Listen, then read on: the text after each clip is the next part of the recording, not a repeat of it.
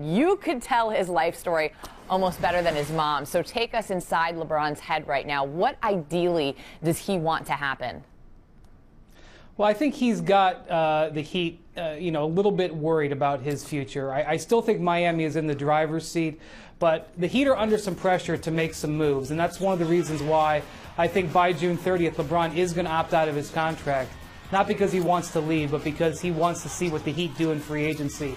They're going to be limited for sure, but they have got to go out and find a role player or two that fit around him, and ideally Chris Bosh and Dwyane Wade. That means they're going to have to spend money, they're going to have to spend luxury tax dollars, but LeBron would like to have a better feel of what his Miami Heat future teammates are before he recommits to the Miami Heat. Well, his president, Pat Riley, was outspoken on Thursday saying, you've got to stay together if you've got the guts. How is he dealing with this? Is he talking to the big three altogether or separately?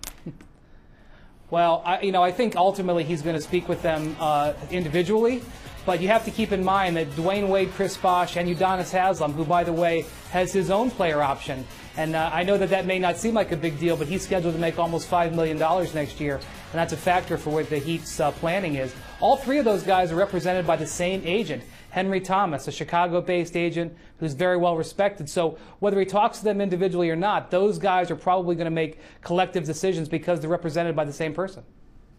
You know, Riley also said on Thursday that Dwyane Wade is a Heat for life, but Wade's health is an ongoing concern. So how big of a factor will that play in all of this? Yeah, one of the things that's got to happen between now and when these guys make up their mind is Dwyane Wade's got to have a frank conversation with LeBron James. Certainly they have a good relationship and they're close, but I got the impression numerous times during the season that LeBron was just in the dark about Dwyane Wade's knees as anybody else who was watching from the stands. There were times when Dwyane would be a late scratch to a game and LeBron wouldn't even find out about it until an hour beforehand.